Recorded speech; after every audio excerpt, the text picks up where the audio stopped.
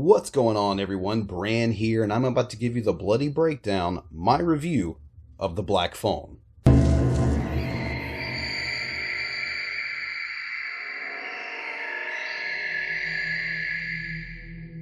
An adaptation of a 2004 short story of the same name written by Joe Hill, that being Stephen King's son. Finney Shaw is a shy but clever 13-year-old boy who's being held in a soundproof basement by a sadistic masked killer. When a disconnected phone on the wall starts to ring, he soon discovers that he can hear the voices of the murderer's previous victims, and they are dead set on making sure that what happened to them doesn't happen to Finney. Scott Derrickson directs. I know a lot of you horror fans will remember him for directing such films as The Exorcism of Emily Rose, which I know a lot of people are big fans of. I can't really say that I am, honestly, but not a big fan of the exorcism subgenre, other than The King itself, The Exorcist. He also directed Sinister, which, I acknowledge is a pretty damn good horror film. I really enjoyed it. He's also directed non-horror things like Doctor Strange, but kind of getting back into the horror, we can't forget this is the man also responsible for Hellraiser Inferno. So, for every Sinister, you have a Hellraiser Inferno. But I will say this, Scott Derrickson did a fantastic job in this film. Just everything flowed together so well.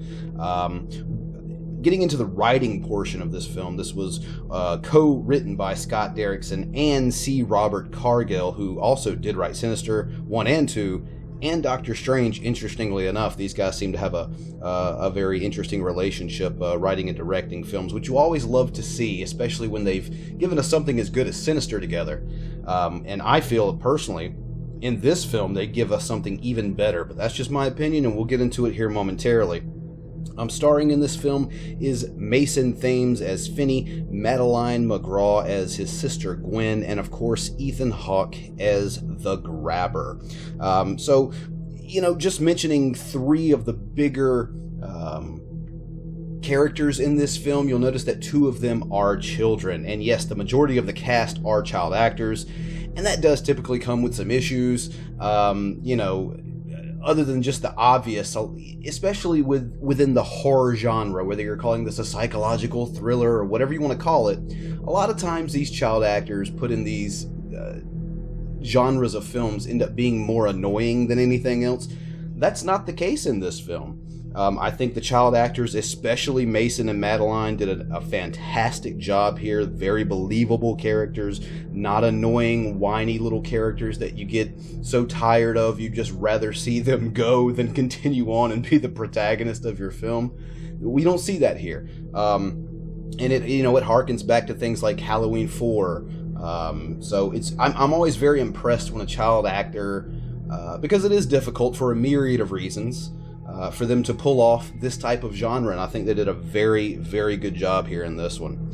As far as Ethan Hawke goes and the character of the Grabber, he's not really the only brutal thing that these kids have to contend with on a day-to-day basis. This film isn't made up to where these kids are living a fantastic life and they're taken by this Grabber. They're dealing with a lot of their own internal struggles before the Grabber's even a part of it. Anything and everything from brutal beatings from the parents, even more brutal beatings from bullies at school. It's not a very easy life for our characters in this film. But specifically getting into the Grabber himself, I thought Ethan Hawke was very unsettling as the Grabber. He did an amazing job.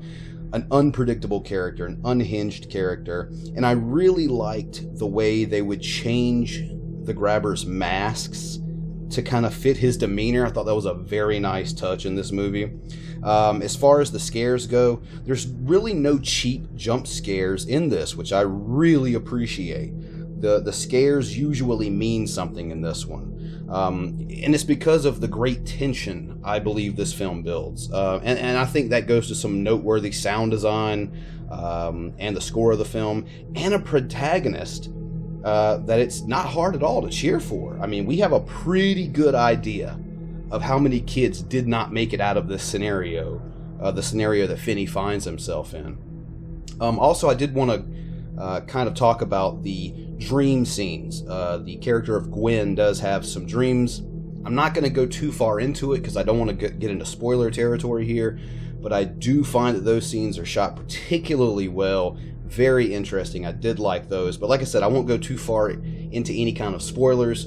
To kind of put it all together, I think that given this source material being a short story, granted it's from Stephen King's kid, and I got to tell you, after watching this thing, I think I may become a fan. I have not read the source material, but from people that I've spoken to that have said that it's very loyal to that source material. And anytime you turn something like a short story into a film, like they did with some of Clive Barker's short stories, that comes with a set of problems too, translating that over into film. But I thought it was just done so fantastically. And I gotta tell you, I may be more of a slasher fan when it comes to the horror genre, but this movie is incredibly well done. Definitely worth your time. Definitely worth your money. I really enjoyed it. I'd give this thing, you know what? I'll give it 4 out of 5 stars. I really enjoyed myself. So go check out The Black Phone if you haven't already. But before you do, be sure to leave this video a like, drop me a comment down below, and check out the links in the description. And hey, you know what? Subscribe if you want to. This is the kind of thing I do here at Bloody Breakdown, so if you're into this, I think you'll find my content interesting. So, with that said, I'm Bran, and you just got the Bloody Breakdown on The Black Phone.